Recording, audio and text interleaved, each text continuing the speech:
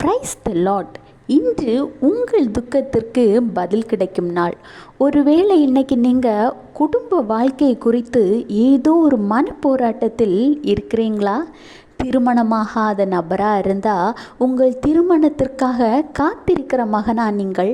ஒருவேளை திருமணமானவர் என்றால் உங்கள் குடும்பத்தில் உங்களுக்கும் ஆண்டவர் உங்களுக்கு துணையாக தந்த உங்கள் மனைவிக்கும் இடையேயான மன கஷ்டத்தினால் சோர்ந்து போயிருக்கிறீங்களா?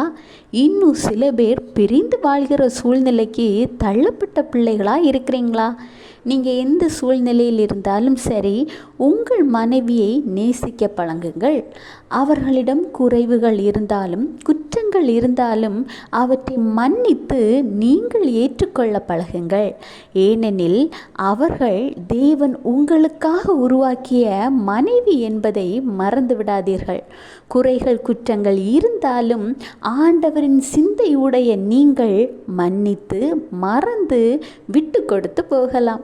எல்லாவற்றிற்கும் மேலாக சுயநலமற்ற எதிர்பார்ப்பற்ற ஒரு உண்மையான புனிதமான அன்பை கர்த்தர் உங்களுக்கு தந்த வாழ்க்கை துணைக்காக கொடுங்கள்.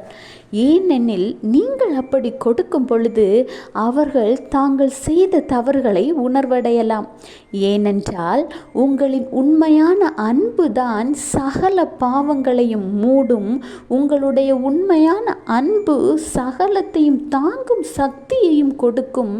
இன்றைக்கு இதன் மூலமாக கர்த்தர் உங்களோடு பேசினார் என்பதை நீங்கள் விசுவாசித்திருந்தால் கர்த்தர் உங்களுக்காக தான் சொல்கிறார்.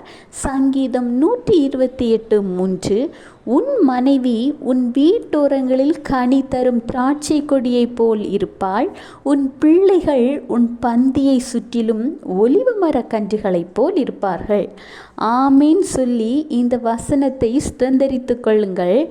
விசுவாசிங்க, உங்கள் குடும்பத்தில் மகிழ்ச்சியை காண்பீங்க.